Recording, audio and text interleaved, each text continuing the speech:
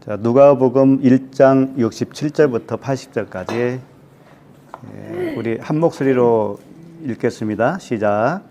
그 부친 사가랴가 성령의 충만함을 받아 예언하여 이르되 찬송하리로다. 주 이스라엘의 하나님이여 그 백성을 돌보사 성령하시며 우리를 위하여 구원의 불을 그중 다윗의 집에 일으키셨으니 이것은 주께서 예로부터 거룩한 한 자의 입으로 말씀하신 바와 같이 우리 원수에게서와 우리를 미워하는 모든 자의 손에서 구원하시는 일이라.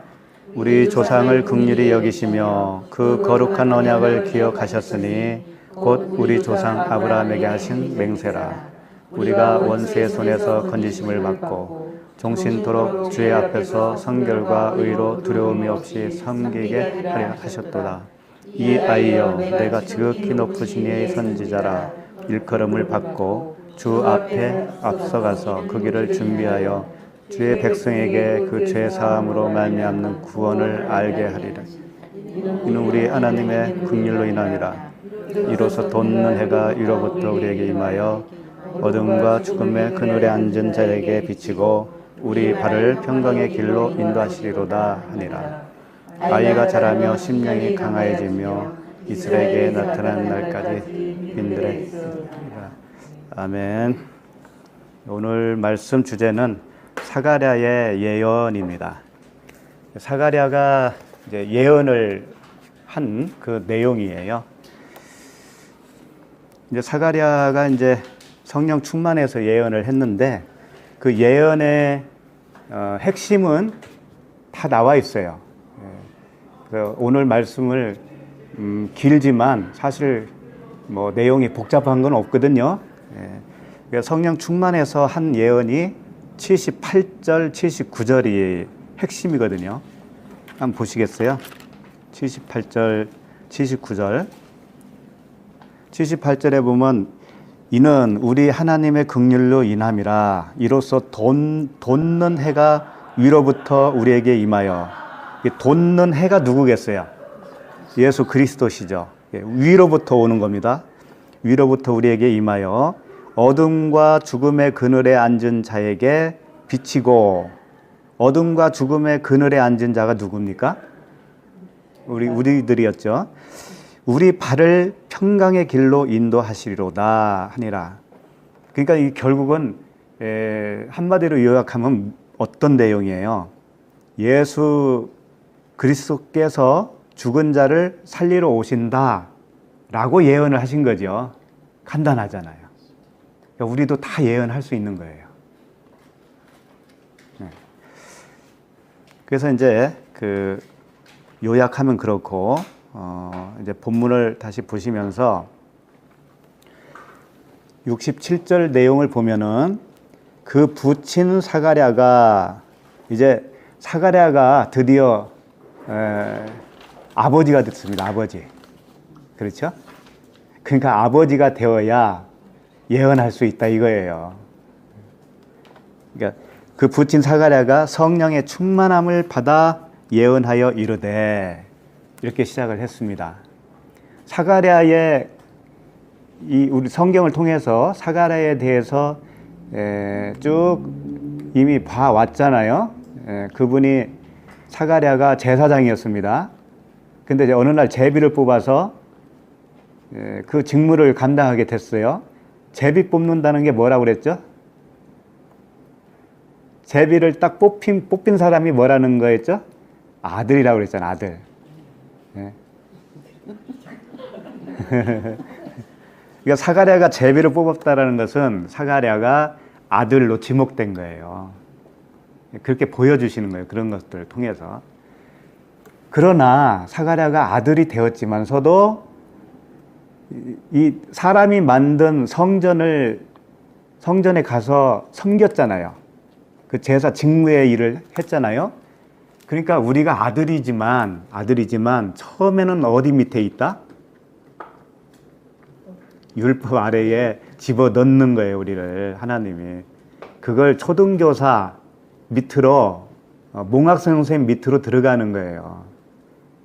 우리가 아들은 아들이에요. 신분이 아들인데 어느 기간 동안 종의 그 선생 밑으로 집어넣어서 배우게 시킨다고요. 그래서 몽학 선생이라고 그런 거예요. 몽학 선생이 무슨 뜻인 줄 아세요? 꿈몽자잖아요. 꿈몽자. 진짜가 아닌 거예요, 그게. 거기다 집어넣어서 우리를 한동안 배우게 시킨 거예요. 그게 이제 사가랴가 사람이 만든 성전에서 제사의 직무를 드렸던 기간이에요. 근데 어느 날 거기에 누가 찾아와요? 가브리엘이 찾아오죠. 가브리엘이 찾아와서 예언을 해요. 예언을. 그 가브리엘 천사가 먼저 예언을 하는 거예요. 그 예언을 누가 들은 거예요? 사가랴가 들었어요. 예언을. 그 예언을 들은 게 내용이 뭐였죠? 너에게 아들을 주겠다라는 내용이었잖아요. 그래서 그 다음부터 이제 그 직무가 끝나고 나서부터 어떻게 돼요? 벙어리가 되죠. 벙어리. 벙어리가 됐다라고 하는 것은 이제 하나님의 말씀을 받았다라는 거예요. 그게 받았는데 그때부터는 벙어리가 된다는 건 뭐냐면 배우는 시기예요. 배우는 시기. 배우는 시기에는 말을 할 수가 없어요. 배워야 되니까. 다 배워야 말을 하는 거예요. 영적 의미로 따지면은. 그래서 벙어리가 된 거예요. 그 다 배우는 기간이 아들이 잉태해서 낳는 10달의 기간이었죠. 10달 동안 사가랴도 같이 벙어리가 되어 있었던 거죠. 그러나 사가랴가 겉에 직무가 다 맞춰지고 집으로 돌아갔다고 그랬잖아요. 그 집은 이제 내면의 집인 거예요. 내면의 성전 안으로 들어간 거예요. 왕 같은 제사장이 된 거죠. 이제 그런 과정이 다 있었던 겁니다. 그게 우리들의 과정이에요. 우리 한 사람 한 사람 다 들어보면 기가 막힌 그런 여정이 다 있다고요. 말도 안 되는 지도자 밑에서 몇십 년을 섬겼던 사람들도 있고, 정말 지금 들어보면 어떻게 그런 데서 살 수 있었을까? 그렇게 어떻게 신앙생활이라고 할 수 있었을까? 할 정도로 어처구니 없는 일들도 많이 있어요. 그래서 결국은 사가랴가 10달이 채워지고 나니까 아들이 낳죠. 세례 요한이 태어나고 사가랴도 말이 이제 풀어졌어요. 풀어지고 첫 마디가 뭐예요? 요한이라고 그랬잖아요. 요한. 서판이라고 썼죠. 이름을 요한이라고 져라. 요한이라고 지라고 하는 의미는 뭐냐면 하나님의 의도를 알았다, 그런 뜻입니다. 원래 혈통으로 이름을 져야 되는데 사가랴라고 하는 이름을 지자고 했잖아요. 그런데 사가랴는 아니다, 세례 요한으로 져야 된다라고 주장을 했죠. 그 의미는 이미 가브리엘이 전해준 이름을 이미 전해줬었잖아요. 요한이라고 하라. 그렇지만은 요한이라고 하라고 했기 때문에 요한이라고 한 거라기보다도 10달 동안 왜 요한으로 해야 되는가를 배워서 안 거예요. 그러니까 그 10달이 굉장히 중요한 거죠. 그 10달은 광야 40년과 똑같은 기간이고, 마치 사도 바울이 주님을 만나고 아라비아에 가서 3년 동안 하나님과 독대해서 배웠던 기간과 똑같은 거예요. 우리도 다 그런 기간이 있었던 거죠. 그리고 나서 아들이 태어나니까 지금 오늘 본문이 그 부친 사가랴가 성령의 충만함을 받아 예언하여 이르되, 이렇게 된 거예요. 그러니까 성령의 충만함이라고 하는 것은요, 이 모든 과정이 딱 차서 어느 그 분량까지 딱 차서 예언할 수 있는 그 시점이 성령 충만이에요. 그러니까 성령 충만 하잖아요, 우리가. 그래서 옛날에 성령 충만이라고 하는 어떤 현상을 가지고 저게 바로 성령 충만이야 라고 속단을 했잖아요. 근데 오늘 본문으로 보면은 이게 진리라고요. 성령 충만이라고 하는 것은 하나님을 알아야 되는 거예요. 하나님을 알지 못하고 갑자기 위에서 뚝 떨어지는 게 아니라고요. 그래서 배우는 기간이 다 있어요. 그 배우는 기간이 딱 차야 그게 성령 충만이라니까요. 그래서 이 성령의 충만이다. 충만이라는 게 이제 플레도라고 하는 단어인데요. 이 플레도라고 하는 단어는 성령 충만할 때 충만만 쓰는 게 아니에요. 얼마만큼 차다, 얼만큼 되다, 채우다, 뭐 이런 뜻이 다 포함이 되어 있는 단어입니다. 예를 들면은 뭐 성령이 충만하여 다음 데에 하나님의 말씀을 전하니라 할 때 성령 충만이라고 할 수도 있지만, 기한이 차서 아들을 낳으리니 할 때 기한이 찼다, 이 단어도 같이 쓰고 있는 거예요. 기한이 찼다, 이게 이제 충만이란 말이에요. 그리고 예를 들면은 주님이 베드로에게 깊은 바다에 그물을 던져라 했을 때 베드로가 말씀에 의지해서 깊은 바다에 던졌죠. 그러니까 고기가 배에 가득 차니 배가 잠겼더라 이렇게 되어 있어요. 이게 가득 찼다, 이게 플레도예요. 이게 충만이다 이거예요. 그리고 반대로 나쁜 개념으로도 써요. 예를 들면은 바울에게 이제 유대인들이 비방을 한 게 있는데, 사도행전에 있어요. 유대인들이 그 무리를 보고 시기가 가득하다라고 하는 게 플레도예요. 성령 충만. 성령 충만이 아니고 그냥 충만이죠. 시기가 충만한 거죠. 충만하면 어떻게 되냐면 바울이 말한 것을 반박하고 비방하거나. 그러니까 제가 드리고 싶은 요점이 뭐냐면, 충만하다라고 했을 때는 어떤 행동이 나오는 거예요. 반드시 충만하면 어떤 행동이 딱 나올 때의 현상이 충만이에요. 그러니까 사가랴가 예언을 할 때 성령 충만했잖아요.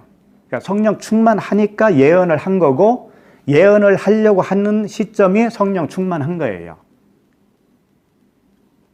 그러니까 아무거나 성령 충만이라고 하면 안 되는 겁니다. 반드시 배우는 기간이 지나서 차고 차야 되는 거예요. 차서 그 입에서 진짜 복음의 진리의 말씀이 나올 때, 그게 성령 충만이에요. 그러니까 우리들이 누구에게 복음을 전하잖아요. 그러면 그 복음을 전하는 내가 성령 충만한 거예요. 못 전하고 있으면 아직 성령 충만이 아닌 거라니까. 그래서 충만은 어떤 결과를 반드시 나오게 되어 있어요. 그 시점에서. 그래서 이제 여기 보면은 성령이라고 되어 있는데 푸니마토스 하기우 이렇게 되어 있어요. 푸니마가 성이죠, 성령. 근데 이걸 두 단어로 되어 있습니다. 거룩한 영이다 그런 거예요. 푸니마 하기오스, 거룩한 영이다. 이 거룩한 영으로 충만함을 받았다. 이제 이렇게 된 거예요. 충만함을 받으니까 예언하여 이르되 그랬어요. 그러면 예언이 뭡니까? 예언이. 오늘 예언에 대해서 좀 이야기 좀 하려고 그래요. 예언 받으러도 쫓아다니고 그러잖아요. 또 내가 예언해 줄 때니까 원하는 사람 강대상 앞으로 나와요. 그래가지고 예언하잖아요. 안수기도 하고 막 그러잖아요. 또 저 영서 쓴다고 그래가지고 영서 써가지고 예언이라고 하면서 저도 한번 받아본 적 있어요. 그거. 근데 별거 아니더라고. 네. 그 예언이 도대체 뭐예요? 예언은 프로페티오라고 하는 단어인데, 프로페데스에서 나왔어요. 프로페테스가 뭐냐면 선지자예요. 선지자. 그러니까 예언하다라고 했을 때는 선지자로서의 역할로 하나님의 계시를 선포한다, 그런 의미가 있어요. 그러니까 예언은 기본적으로 하나님의 계시를 선포하는 거예요. 성경에서 말하는 예언은. 그러니까 예언이라고 하는 것이 미래에 대해서 미리 말씀하는 것이 맞기는 맞아요. 맞는데 그럼 미래에 대해서 어떤 걸 얘기하냐? 하나님의 구원에 대한 말씀을 미리 말씀하시는 거다라고 하는 거예요. 구원과 관계 없는 것은 예언이 아니에요. 그래서 마태복음 11장 13절에는 이런 말씀이 있습니다. 모든 선지자와 율법이 예언한 것은 요한까지나, 이런 말씀이 있어요. 그러니까 모든 선지자와 율법이 뭐냐면 구약 성경이에요. 한마디로 말하면 구약 성경은 요한까지라는 거예요. 그런데 예언한 것은 이라고 표현했으니까 구약 성경 자체가 예언이라는 거죠. 성경이 예언이라는 거예요. 예언의 말씀이다라고 하는 거예요. 그러니까 요한까지의 이 선지자와 율법이 요한까지라고 그랬으니까 예수 그리스도의 태어나기 이전까지를 예언한 것이다. 예언서다. 이렇게 말하는 거죠. 그렇다면 이 예언의 말씀이 도대체 뭐라는 거예요? 예수님이 그랬잖아요. 너희가 성경에서 영생을 얻고자 상고하였거니와, 이 말씀이 곧 나에 대한 것이라고 그랬잖아요. 나에 대한. 예수 그리스도. 그러니까 결국은 구약 성경 전체가 어떤 예언이었냐면은 예수 그리스도에 대한 예언이었다. 그거예요. 그러니까 우리가 쉽게 예언을 갖다가 쉽게 점치듯이 그렇게 하면 안 되는 거예요. 마태복음 7장 22절에 보면 잘 아시는 구절인데, 그날에 많은 사람이 나더러 이르되 주여 주여 우리가 주의 이름으로 선지자 노릇을 하며, 이런 말씀 있죠. 주의 이름으로 귀신을 쫓아내며 주의 이름으로 많은 권능을 행하지 아니하였나이까 하리니, 이 말씀이 있는데 여기서 주의 이름으로 선지자 노릇 있죠. 요게 예언자가 되어서라는 뜻이에요. 프로페티오에 이게 똑같은 단어예요. 예언하여 그랬다는 거지. 예수 이름으로, 그리스도의 이름으로 예언을 했다라는 거예요. 그런데 어떻게 예언을 했길래 예수님은 뭐라고 대답하셨냐면, 그때에 내가 그들에게 밝히 말하되 내가 너희를 도무지 알지 못하니 불법을 행하는 자들아 내게서 떠나가라 하니라. 주님의 이름으로 예언도 하고 귀신도 쫓아내고 했는데, 이 불법을 행하는 자들아 나에게서 떠나가라 라는 소리를 듣는다 이거죠. 그러면 이 예언을 잘못했다는 얘기잖아요. 그러니까 사람의 교훈으로 성경을 사사로이 풀면 그게 잘못된 예언이 되는 거예요. 반드시 예수 그리스도와 우리의 구원 이야기로 풀어야지, 성경 말씀을 사람의 교훈으로 한다든가 사람에게 유익할 어떤 출세할 수 있는 비법을 배운다든가 그렇게 하면은 잘못된 예언이라는 거죠. 그래서 사람들이 복음을 듣다가 떠나는 사람들이 있습니다. 복음을 듣다가 떠나는 사람들은 그 중에 원인 중에 하나가 뭔지 아세요? 이 육체의 유익으로 기대를 했었던 거예요. 인생의 유익으로 말씀을 기대를 한 거예요. 그런데 인생의 유익이 될 만한 말씀은 한 번도 없거든요. 하나도 없거든요. 그러니까 이거 뭐 들으나 마나 뭐 어차피 사는 건 똑같은데 이러고 마는 거예요. 그래서 쉽게 떠나요. 그러니까 어려운 것만 요구하는 것 같거든요. 죽어야 된다 그러고 유익이 되는 것처럼 생각을 해서는 안 돼요. 하나님은 그것보다도 정말 생명을 주고 싶은 거예요. 진짜 생명을. 진짜 생명을 받아보지 않았으니 그 기쁨과 그 영광을 알 길이 없단 말이에요. 그러니까 떠나는 거예요. 그러니까 예수님을 찾았던 그 많은 사람들도 다 떠나가잖아요. 오병이의 기적을 체험한 사람들도 떠나니까 너희도 가려느냐? 그러니까 베드로가 말은 멋지게 했어요. 영생의 말씀이 여기 있사오니 네게로 가오니까. 그리고 또 도망가잖아요. 그리고 또 도망가는 게 사람이라니까. 바울이 옥에 갇히니까는 바울을 서포트하고 같이 다녔던 사람들이 많이 떠나버려요. 그 몇 명 안 남아요. 그 중에 최고 나중까지 남은 사람이 이 누가란 말이에요. 누가. 그래서 바울은 누가를 나의 영적 자녀, 영적 아들 이렇게 표현을 안 합니다. 누가에 대해서는.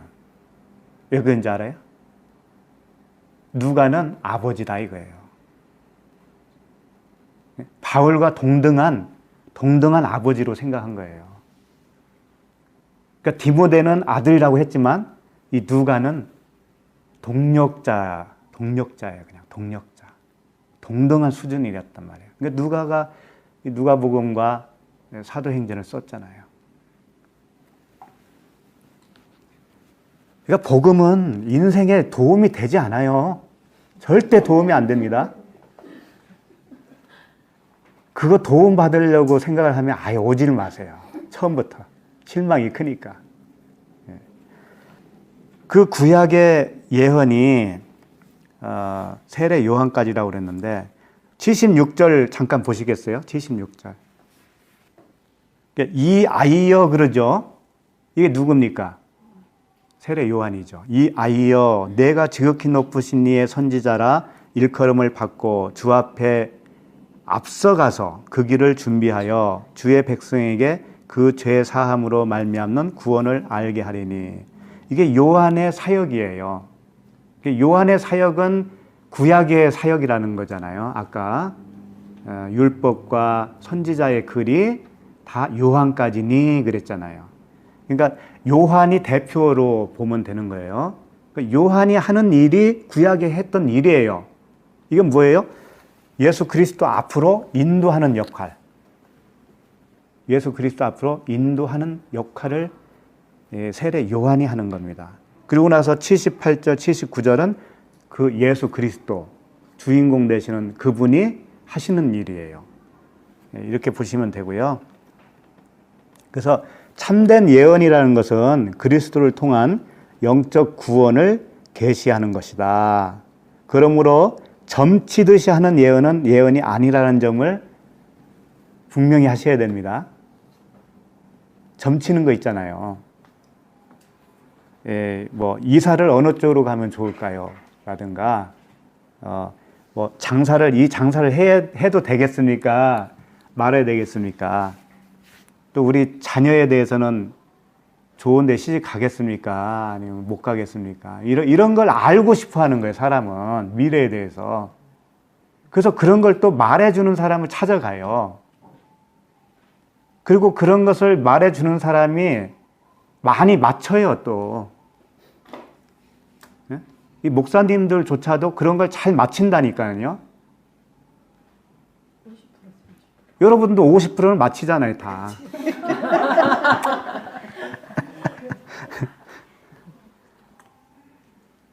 근데 좋아요. 미래에 대해서 얘기해 주는 것도 좋은데 이 예언을 받는 이 입장이라면 예언을 받는 그 태도가 어떠해야 되는가를 좀 보여주는 구절이 있어요. 거기를 한번 봤으면 좋겠어요. 사도행전입니다. 사도행전 21장 8절이에요. 사도행전 21장 8절부터 한번 이렇게 보겠습니다. 이튿날 떠나 가이사랴에 이르러 7 집사 중 하나인 전도자 빌립의 집에 들어가서 머무느니라. 그에게 딸 넷이 있으니 처녀로 예언하는 자라. 자, 이제 사도 바울 일행이 빌립의 집에 머물게 된 거죠. 7 집사 중에 한 사람 빌립의. 갔더니 처녀 딸이 넷이 있다라는 거죠.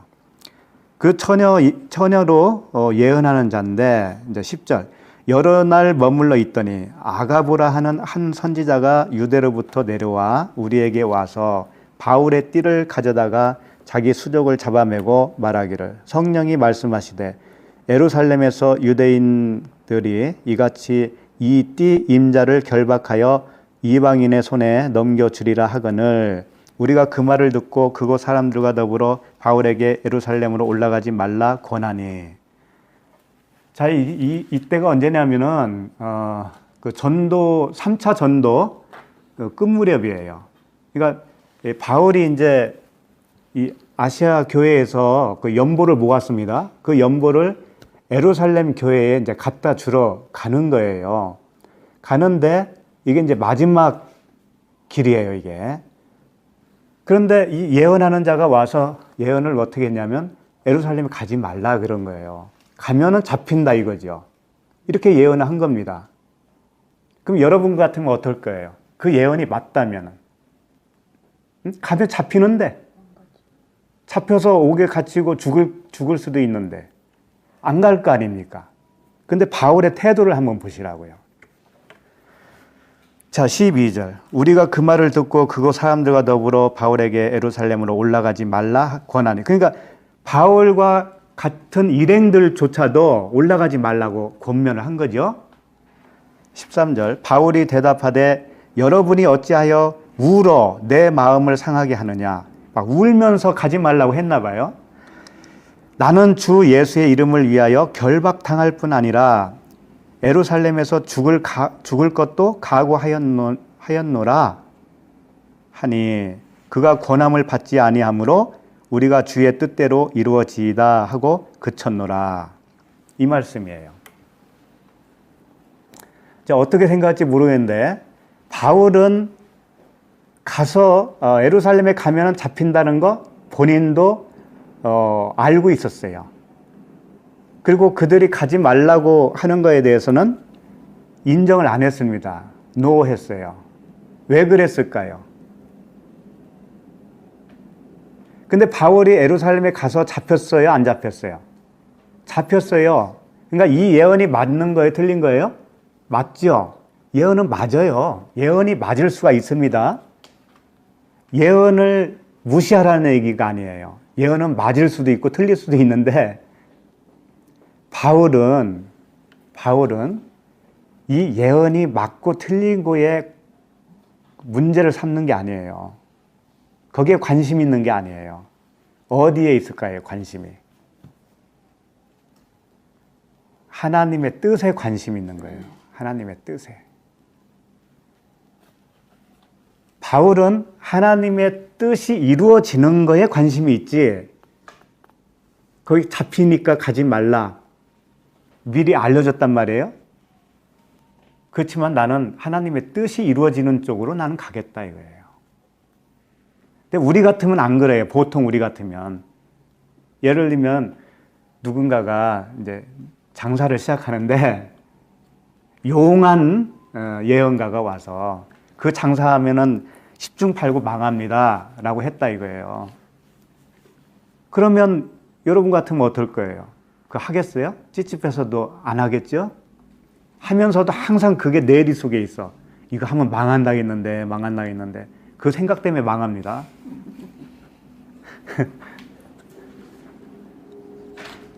그런데 바울은 안 그랬다고요.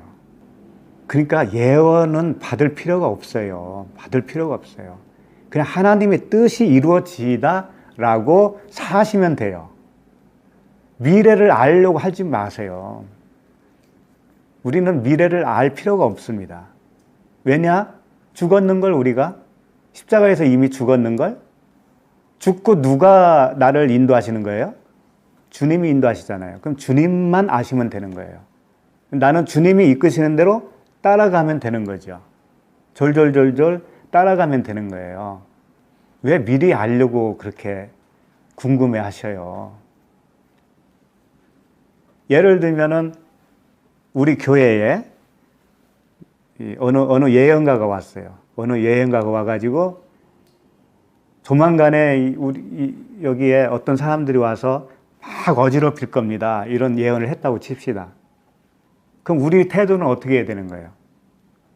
이제 사람을 맞이하지 말아야 되겠지. 그때부터는 이 사람인가? 저 사람인가? 이런 눈치 보겠지. 왜 그럴까요? 왜 우리는 그런 눈치를 봐야 되죠? 어지럽히면 안 된다고 생각이 먼저 들어오잖아요. 우리는 안 좋은 거니까. 근데 바울은 안 그렇단 말이에요. 하나님의 뜻이 이루어지는 것이 우선이에요. 그러니까 어지럽히는 것이 하나님의 뜻이면 그 뜻이 이루어지이다. 그래야 되잖아요. 그래서 문을 닫게 된다? 그러면 문 닫는 게 하나님의 뜻이구나. 이렇게 받아들이면 될 거 아닙니까? 왜 내 뜻을 관철시키려고 그래요? 왜? 나의 뜻은 아무 가치가 없는 겁니다. 우리는 하나님의 뜻이 이루어져야 돼요. 그래서 좋은 일이 있어도 하나님의 뜻이요, 나쁜 일도 하나님의 뜻이요, 받아들이면 되는 거예요. 받아들이면. 그러니까 이 사도 바울은 왜 예루살렘으로 가야 되는 줄 알아요.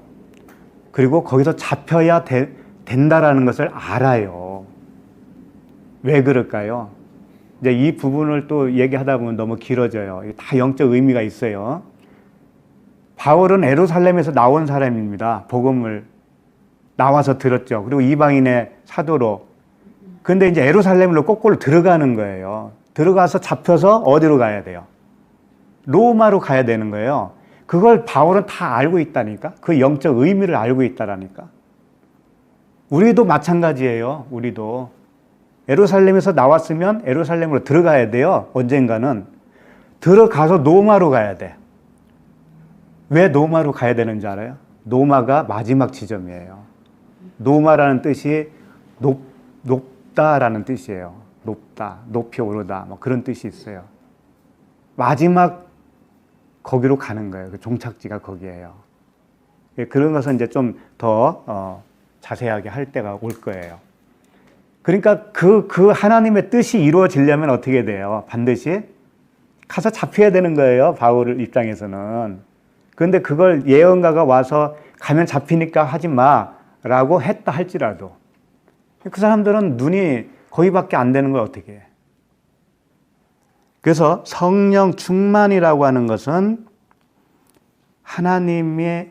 하나님으로부터 하나님의 것을, 하나님의 마음을 다 배워서 이게 가득 채워진 거예요. 가득 채워진 상태에서 무엇인가 결과가 나올 수밖에 없는 그런 상황이에요. 그게 성령 충만이라고요. 그래서 이제 그 모든 성경의 모든 예언은 사사로이 풀 것이 아니니라 이런 말씀도 있잖아요. 사사로이 푸는 게 뭘까요? 더우면 좀 사사로이 푸는 게 뭐냐면 사람의 뜻으로 푸는 거예요. 사람의 교훈으로 푸는 거고 인생에 유익할 말씀으로 푸는 거예요. 그게 사사로이 푸는 거예요. 예언은 언제든지 사람의 뜻으로 낸 것이 아니기 때문에 그래요. 오직 성령의 감동하심을 받은 사람들이 하나님께 받아서 말한 것이다. 그렇기 때문에 성경을 사사로이 풀지 않고 바로 풀면 어떻게 되냐면 다 그리스도를 통한 구원의 이야기밖에 없어요. 영적 구원이에요. 자, 68절로 넘어가겠습니다. 68절. 오늘 누가복음 1장 68절. 찬송하리로다 주 이스라엘의 하나님이여 그 백성을 돌보사 속량하시며.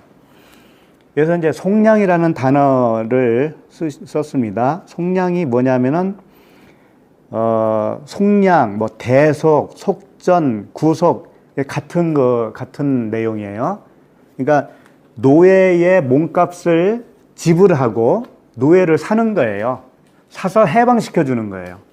이게 속량, 대속의 의미입니다.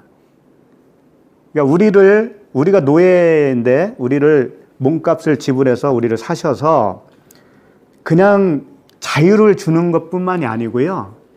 이런 겁니다. 샀으니까 주인이 누구예요? 주인이 있잖아요. 우리가 노예인데 우리를 샀으니까 사신 분이 주님이시잖아요. 그러니까 주 안에서 자유를 주는 거예요. 그러니까 우리가 착각을 하면 안 됩니다. 진리 안에서 자유지 진리 밖에서 자유를 준 건 아니에요. 예. 그게 속량의 의미입니다. 그래서 새로운 그 주인과 하나 되는 영광을 우리에게 주는 거예요. 하나 되는 영광. 새 주인이 참 생명이신데 우리에게 참 생명을 주셔서 그분과 우리가 하나가 되는 거예요. 이것은 신비 중에 신비고 이 땅에서는 없는 거예요. 이 세상에서는 찾을 수 없는 것을 받은 거지요. 그 영광으로 우리는 사는 겁니다. 69절 보겠습니다. 69절. 우리를 위하여 구원의 뿔을 그 종 다윗의 집에 일으키셨으니, 이제 이 말씀 자체가 시편에 있는 말씀을 인용했더라고요. 시편 132편 17절인데 내가 거기서 다윗에게 뿔이 나게 할 것이라 내가 내 기름 부음 받은 자를 위하여 등을 준비하였도다, 이 말씀이에요. 그러니까 우리를 위하여 구원의 뿔을 그 종 다윗의 집에 일으키셨으니, 구원의 뿔이라고 표현했잖아요. 구원의 뿔이 뭘까요? 뿔이 뭘까요? 뿔이. 구원의 뿔이라고 하는 것은 힘, 능력을 상징하고 있죠. 들이받잖아요, 뿔로. 그게 힘이에요. 능력이고. 그래서 구원의 뿔 하면 구원하는 능력을 말하는 거죠. 구원하는 능력. 그런데 재미있는 게 이 뿔이라고 하는 이 단어가 어디서 왔냐면은 머리털이라고 하는 데서 왔어요. 머리털. 이상하잖아요. 머리털에서 뿔이라는 단어가 나왔다. 이 머리털은 엘리야와 엘리사, 여러분 아시는지 모르겠는데 엘리사는 털이 많았어요. 털이 많은 사람이에요. 근데 엘리야는 대머리예요. 대머리. 털이 없어. 엘리사는 털이 많아서 그 구약의 선지자예요. 그러니까 율법을 상징하고 있는 거예요. 율법. 이게 머리털이라는 게 뭐냐면 율법의 조항들이에요. 그 행함을 얘기하는 거라고요. 그러니까 율법으로는 우리가 의인이 될 수 없다라는 것을 깨닫게 해주는 역할을 하잖아요. 율법이. 그러니까 그게 권능이에요. 그게. 우리를 죽이는 권능이에요. 우리가 그걸 할 수 없다라는 것을 알 때까지 계속 들이대잖아요. 들이받잖아요. 그게 머리털인데 그게 뿔이다 이거예요. 뿔. 구원의 뿔은 다른 게 아니고 율법으로 우리를 정죄시키는 게 구원의 뿔이에요. 그래서 우리를 죄인 만들어서 사망에 이르게 하는 거죠. 그리고 뿔이 두 개잖아요, 항상. 그러니까 첫 번째 뿔은 들이받지만 두 번째 뿔은 이제 우리를 살려내는 그 능력을 말하는 거예요. 그래서 이 구원의 뿔, 나의 구원의 뿔이시요 나의 산성이시로다, 시편에 이런 말씀도 있죠. 그래서 이제 아까 잠깐 언급했지만 엘리야는 이 율법의 사역이라면 엘리사는 이 안쪽에 있는 거거든요. 복음. 복음은 그 율법 조항이 있어요, 없어요? 율법의 행위가 있어요, 없어요? 복음은 없죠. 그러니까 대머리라니까. 그래서 대머리인 거예요. 근데 그 대머리를 흉보고 비방하면서 이게 약 올렸죠, 누군가가. 누구예요? 아이들이라겠죠, 아이들. 그 아이들이 비방을 했어요, 엘리사 보고. 대머리야, 대머리야, 올라가라, 막 그러면서. 그러니까는 숲에서 뭐가 나왔죠? 곰이 나왔어요, 곰이. 곰이 나와가지고 아이를 찢어버렸어. 몇 명? 42명. 성경 잘 읽어보셔야지. 42명을 찢어 죽였어요. 곰이 곰이나 소나 양이나 같은 거예요. 그것도 역시 율법이에요. 곰이 나와서 아이를 찢었는데 이 아이가 예수님이 그랬잖아요. 이 어린 아이와 같이 되지 않으면 천국에 갈 수 없다. 그런 아이가 아니에요. 이 아이는 뭐냐면은 이 약 올린다라는 뜻이 있어요. 그래서 이 사전을 찾아보면은요, 그냥 남종, 여종 이런 거 있잖아요. 그런 단어하고 똑같이 쓰는 단어예요. 청년이라고도 하고. 그러니까 약 올리는 역할을 한 거예요, 그 아이가. 그러니까는 42명이 죽었다라는 뜻은 뭘까요?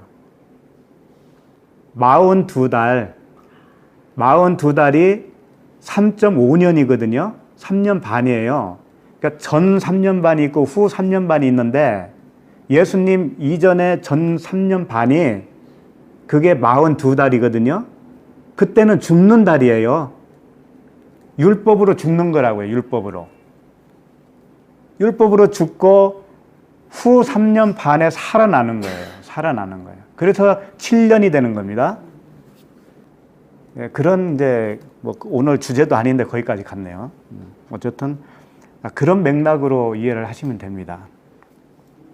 그래서 이제 에베소서에 보면은요, 1장 19절에 보면 이런 표현을 씁니다.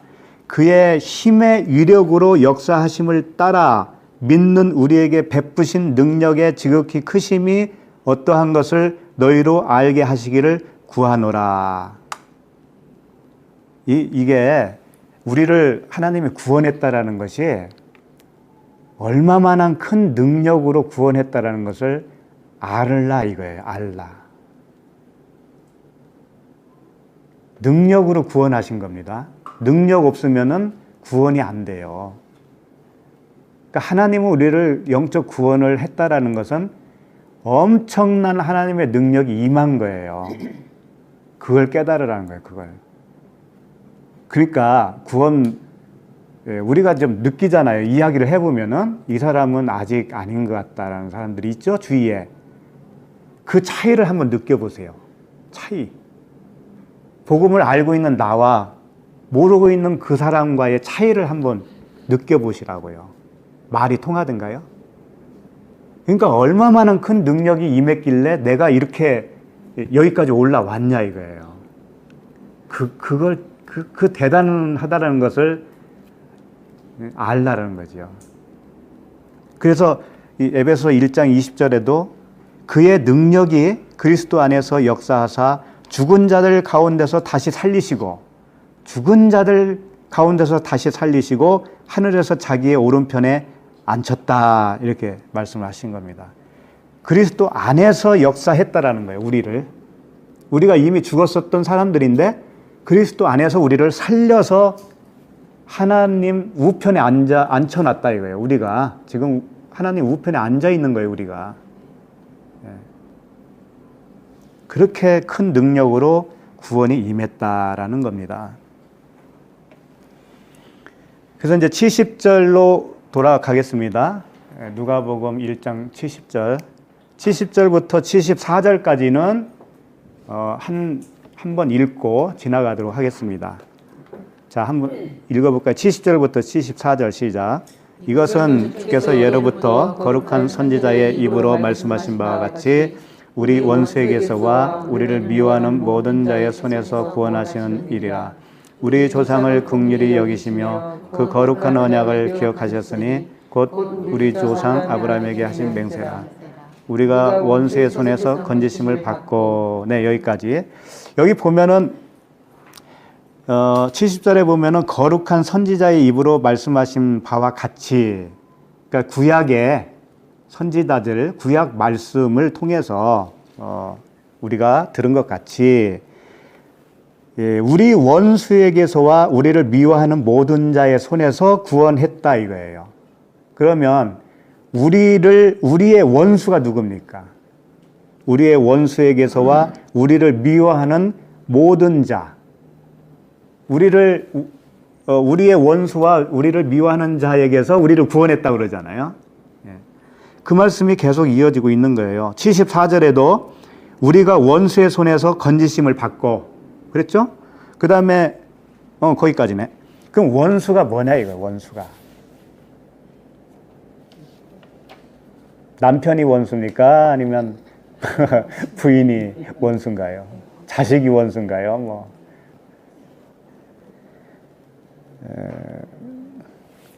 원수는 이제 노마서를 봐야 돼요. 노마서를 보면 이제 아시게 돼요. 7장 21절입니다. 로마서 7장 21절. 이제 이미 뭐 한두 번 봤을 법도 해요. 이 구절은 너무 유명하니까. 로마서 7장 21절. 그러므로 내가 한 법을 깨달았노니 곧 선을 행하기 원하는 나에게 악이 함께 있는 것이로다. 자, 선을 행하는 나에게 악이 함께 있대요. 그 악이 함께 있다라는 것은 원수가 함께 있다 그런 뜻입니다. 그러면 누가 원수라는 거예요? 내가 나의 원수예요.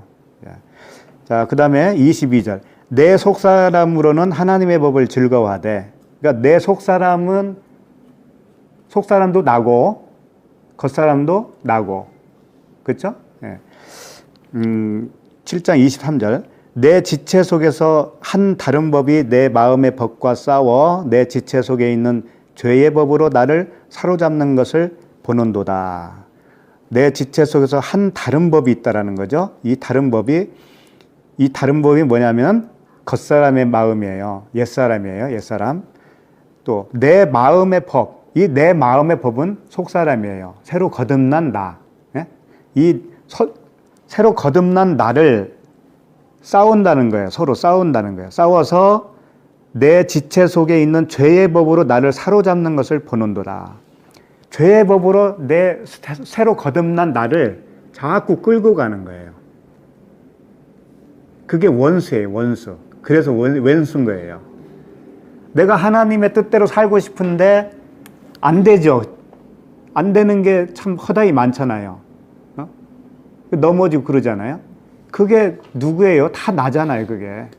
그러니까 원수가 우리란 말이에요. 24절.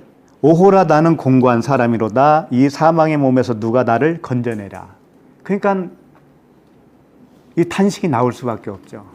오호라 나는 공고한 자로다. 망하게 되었다 이거예요. 내가 왜 하나님의 사람인데 왜 이 모양이냐 이거죠. 다 그런 경험 안 해보셨어요? 다 해보셨죠? 그런데 25절에서 우리 주 예수 그리스도로 말미암아 하나님께 감사하리로다. 그런즉 내 자신이 마음으로는요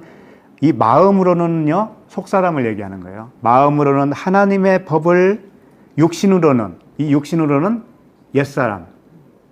십자가에서 이미 절단난 옛사람이에요. 옛사람 육신으로는 죄의 법을 섬기는구나. 이걸 본 거예요. 그러므로 이제 8장 1절. 그러므로 이제 그리스도 예수 안에 있는 자에게는 결코 정죄함이 없나니. 결코 정죄함이 없대. 왜요? 나눠졌기 때문에 그래요. 나는 겉사람이 아니고 이제는 속사람으로 소속이 바뀌었기 때문에 그래서 정죄함이 없다 이거예요. 그 겉사람인 죄의 법이 나를 자꾸 죄 아래로 끌고 가지만 그러나 나는 정죄받는 게 아니다 이거예요. 더 이상. 그런 현상이 나에게 있지만 그건 정죄가 아니라는 거죠. 정죄는. 그 다음에 2절. 이는 그리스도 예수 안에 있는 생명의 성령의 법이 죄와 사망의 법에서 너를 해방하였음이니라. 성령의 법이 죄와 사망의 법. 옛사람에게서 완전히 해방시켰대요. 해방. 할렐루야 아닙니까? 네, 이래서 사는 거예요. 이래서 자유하는 거예요, 우리가. 겉사람이 있어요, 없어요? 있어요. 있는데도 불구하고 이미 해방된 거래요. 이미 해방된 거. 해방됐다라는 것을 내가 믿고 인정하는 순간에 진짜 해방인 거예요.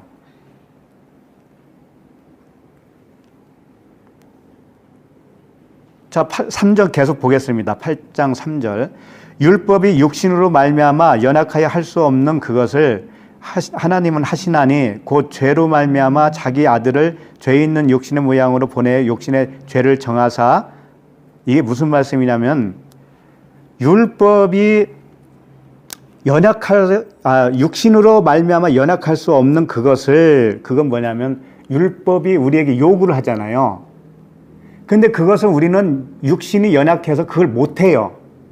못하는데 이것을 그리스도 자신에게 또 맡겼더라는 거예요. 그 부분을. 그래서 그분이 그걸 또 맡고 육신의 죄를 정했다는 거예요. 자기 스스로에게.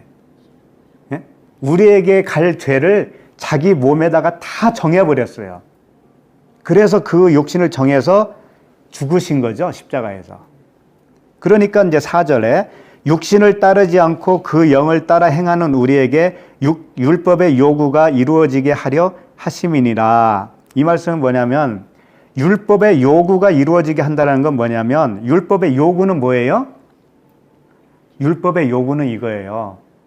우리를 죽이는 게 율법의 요구예요. 너 죽어라 그런 거예요. 그러면 내가 그걸 죽잖아요? 그러면 죽는 순간에 사랑이 되는 거예요, 나는. 그러니까 율법이 요구하는 건 두 가지예요. 너 죽어서 사랑이 되라, 그런 거예요. 그래서 그리스도 앞으로 계속 우리를 몰아붙이는 거예요. 죽고, 십자가에서 죽고, 그 다음에 그리스도와 함께 살아나라. 그 율법의 요구가 이루어지게 하는 방법은 다른 게 있지 않고 예수 그리스도께서 이미 해 놓으신 것을 내가 그것을 그대로 받아들여지면 내 것이 된다 이거죠. 그래서 이 예수 그리스도와 죽고 연합해서 다시 살아난 우리들은 넉넉히 이겨요. 내 안에 그 죄의 법이 있음에도 불구하고 그것을 이길 수 있는 능력이 우리에게 주어진 거예요. 이긴다고요? 그분이 능력이 되어 주시기 때문에 능히 이겨요. 그러니까 그분의 그 구원의 능력, 구원의 뿔이 우리 안에 있는 거거든요. 우리 안에 있으면 쉽게 말해서 죄를 안 지을 수 있다 이거예요.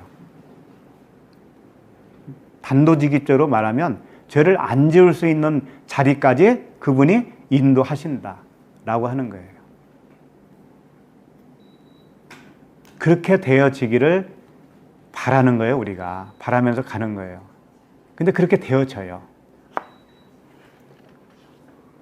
그래서 이 전쟁이 있는 겁니다, 우리에게 끊임없이. 이 원수가 같이 있기 때문에 전쟁이 있는데 이걸 바울도 이 전쟁을 겪은 사람이에요. 바울에게도 그 원수가 있는 사람이에요. 누구든지 지상에 남아있는 사람은 그 원수와 함께 가는 거예요.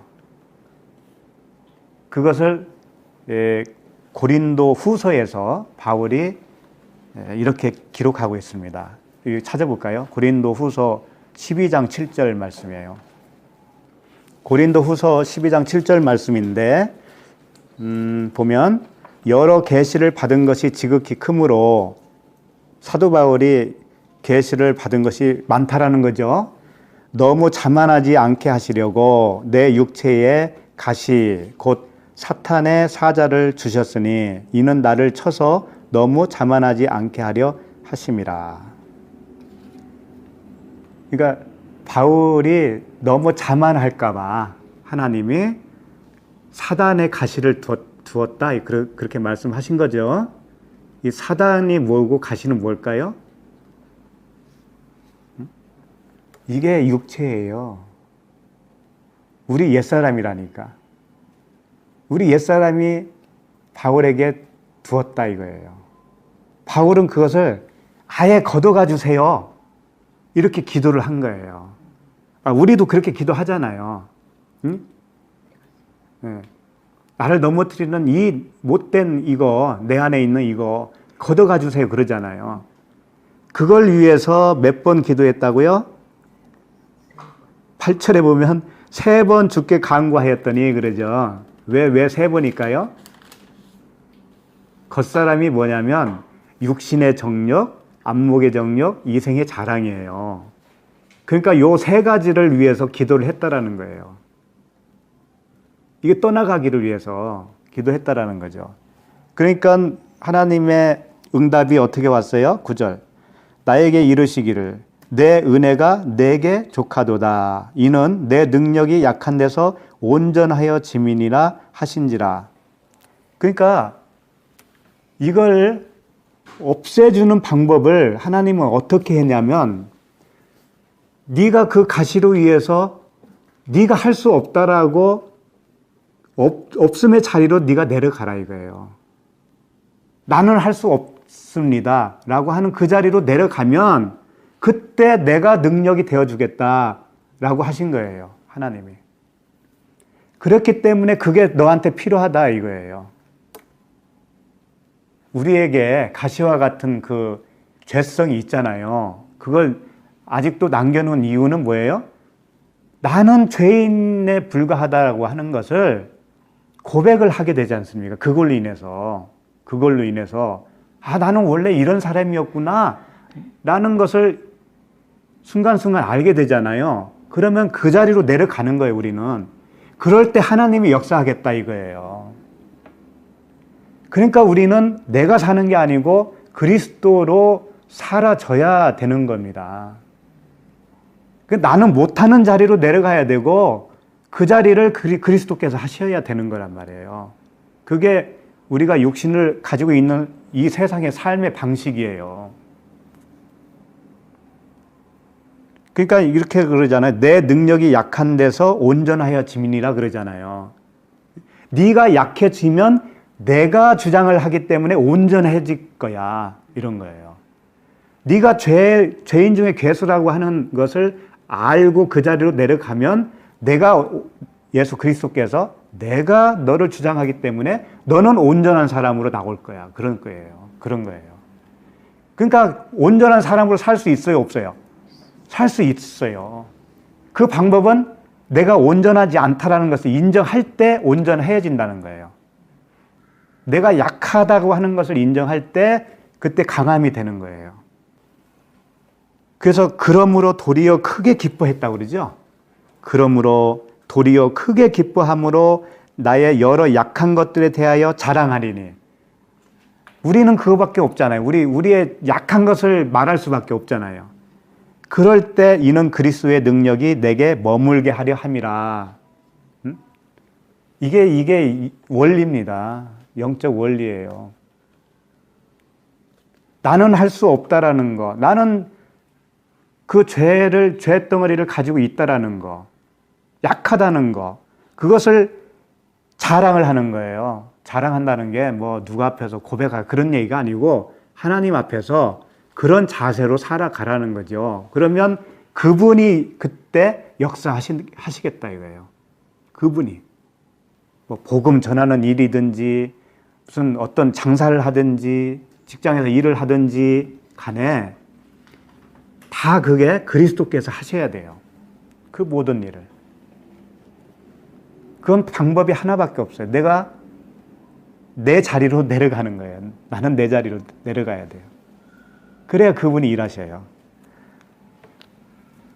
이제 다 됐습니다. 이제 75절 누가복음 1장 75절. 종신토록 주의 앞에서 성결과 의로 두려움이 없이 섬기게 하리라 하셨도다. 종신토록은 뭐예요? 그냥 한도 끝도 없죠.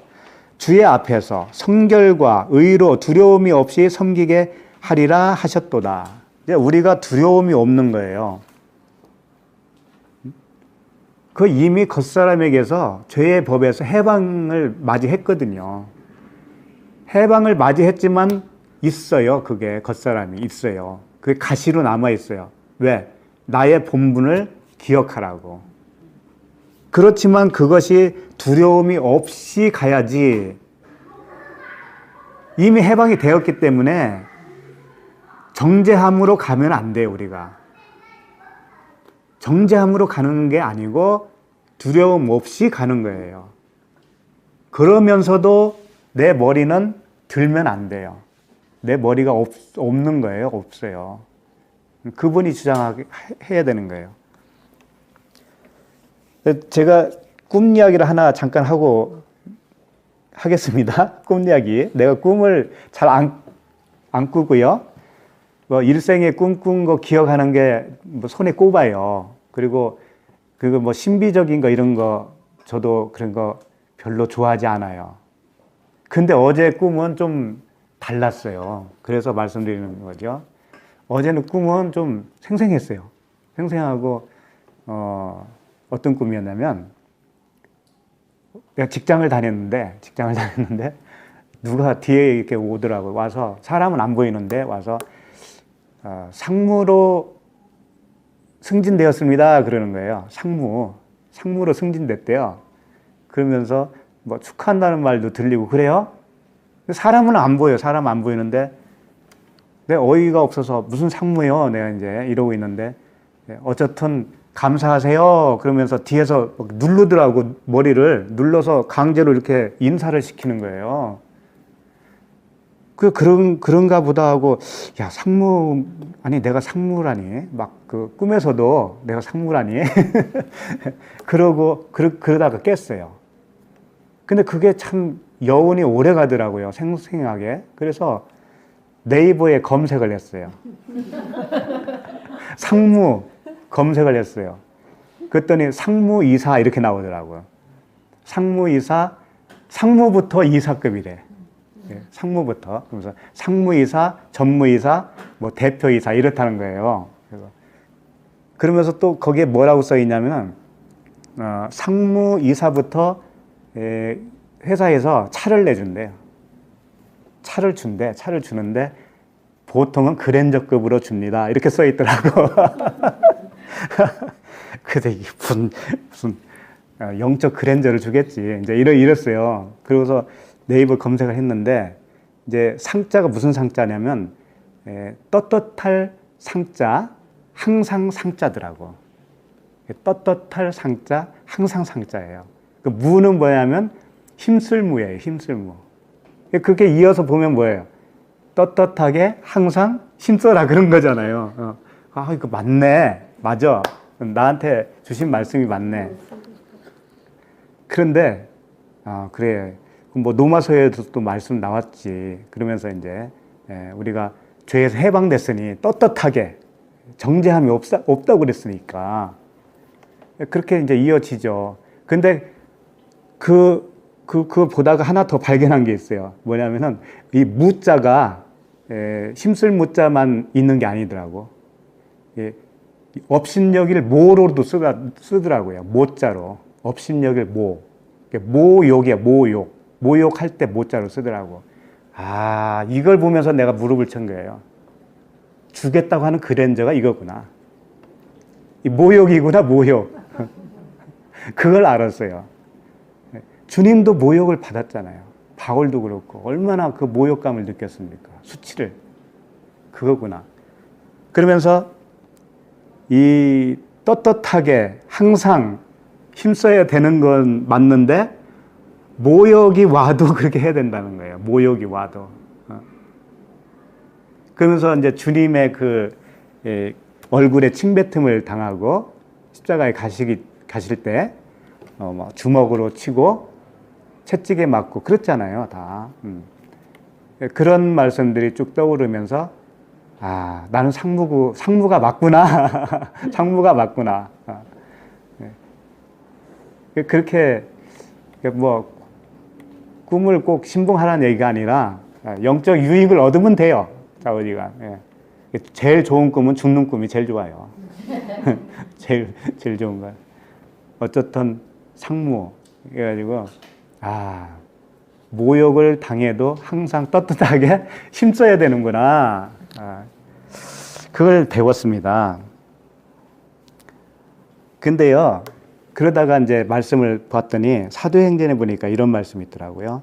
사도행전 5장 41절에 사도들은 그 이름을 위하여 능력받는 일에 합당한 자로 여기심을 기뻐하면서 공회 앞을 떠나니라. 그러니까 능력 받았어요, 사도들이. 그런데 그게 능력 받는 자로 합당한 자로 하나님이 여겨주셨기 때문에 기뻐할 수밖에 없다라는 거예요. 합당한 자로 여기지 않으면 그런 능력이 없어요. 그런 능력이 없다라는 거예요. 근데 그걸 기뻐했다라는 거죠. 사도들은. 능력을 받았는데, 비방을 받았는데, 아주 모욕을 받았는데 그걸 기뻐했다라는 거죠. 그런 자 아닌가요, 이거? 그래서 참 은혜가 되더라고요. 근데 그 모욕, 그 능력을 받을 때 그걸 뛰어넘지 못하잖아요. 그러면 그 자리를 떠나게 되어요, 사람이라는 게. 주님을 위한 능력이 있고요, 나를 위한 능력이 있어요. 모욕이 있어요. 주를 위한 모욕을 받아야 되잖아요, 우리는. 그런데 자기를 위한 모욕이라는 게 있다니까요. 그게 뭔지 아세요? 자기의 주장이에요, 자기의 주장. 자기의 주장에 남이 알아주지 않으면 모욕을 받은 거잖아요. 그걸 뛰어넘지 못하면 어떻게 돼요? 모욕감을 받겠죠. 모욕감. 모욕감을 받으면 그 자리에서 떠날 수밖에 없는 거죠. 그러니까 항상 모욕을 받아도 주님을 위한 모욕을 받아야 돼요, 우리는. 그럼 나를 위한 모욕을 안 받으려면 내 주장이 없어야 되는 거예요. 내 인간적인 주장 있잖아요. 십자가에 못 박히지 않은 이 육신의 어떤 정욕에서 나온 주장이 있단 말이에요. 이것은 쓸데없는 거잖아요, 사실. 근데 그런 것들이 우리 지체 속에서도 튀어나오고 그러면 그게 수용이 안 되면 모욕감으로 받아들일 수밖에 없어요. 그래서 이제 그런 것들은 우리가 다 조심해야죠. 이제 오늘 다 봤습니다. 보고 이제 마지막 78절, 79절 보시면, 이는 우리 하나님의 긍휼로 인함이라. 이로써 돋는 해가 위로부터 우리에게 임하여 어둠과 죽음의 그늘에 앉은 자에게 비치고 우리 발을 평강의 길로 인도하시리로다 하니라. 돋는 해가 위로부터 오는 겁니다. 이 밑에는 없어요. 이 땅에는 없어요. 그러니까 빛이 위에서부터 임하시는 거죠. 그 임하심이 죽음이 먼저일까요? 임하심이 먼저일까요? 아니죠. 빛이 돋는 해가 위로부터 우리에게 임하면 내가 어둠과 사망의 그늘에 앉았던 사람이구나 라는 것을 깨닫게 돼요. 그러니까 빛이 와야 어둠은 밝혀지게 되는 거죠. 그래서 은혜예요, 은혜. 내 스스로 찾아지는 게 아니고 위에서부터 비침이 먼저죠. 그래서 나의 나됨을 깨달았다고 하는 것은 이미 빛이 왔다라는 거였죠. 결국은 이 사가랴의 예언은 십자가의 죽음과 그 부활을 예언하고 있었던 거예요. 예수 그리스도를 통한 십자가의 죽음과 부활, 그거죠. 80절, 아이가 자라며 심령이 강하여지며 이스라엘에게 나타나는 날까지 빈들에 있으니라. 이 빈들이 뭐냐면 광야예요, 광야. 그러니까 이 세례 요한도 광야의 삶을 거쳐야 되잖아요. 그래야 예언이 나올 거 아니에요. 사가랴가 예언한 것처럼 세례 요한도 그 충분한 어떤 기간이 필요한 거죠. 그래서 광야에 외치는 자라고 하는 그 외치는 자의 소리가 되기 위해서 이제 충분한 준비를 시작하는 겁니다. 근데 이제 다음에 보면 알겠지만 세례 요한이 광야에서 약태 털옷을 입고 그러잖아요. 약태 털옷, 이게 엘리야의 사역이에요. 엘리야가 털이 많은 사람이었잖아요. 다 이게 매치가 되는 거예요. 그러니까 대머리가 좋아요, 안 좋아요? 네, 저도 탈모가 많이 진행돼서. 바울이 머리를 한번 깎았잖아요. 갱그리아에서. 그걸 하는 거 보여주는 거예요. 이렇게 깎아야 되는 거야. 털이 없어야 되는 거야. 보여주는 거지. 그러니까 우리도 대머리로 율법의 행위에 대해서는 죽고 예수 그리스도 그 사랑 하나로 사는 거죠. 기도하겠습니다. 하나님 아버지 은혜를 감사합니다. 오늘 사가랴의 예언을 통해서 말씀하시니 감사합니다. 사가랴가 예언할 때까지 많은 기간이 필요했습니다. 우리에게도 그러한 기간이 필요한 줄로 믿습니다. 사가랴가 성령 충만하여서 예언하는 것처럼 우리들도 성령 충만하여서 주의 복음을 전할 수 있는 우리 모두가 될 수 있도록 이끌어 주시옵소서. 예수 그리스도 이름으로 기도합니다. 아멘.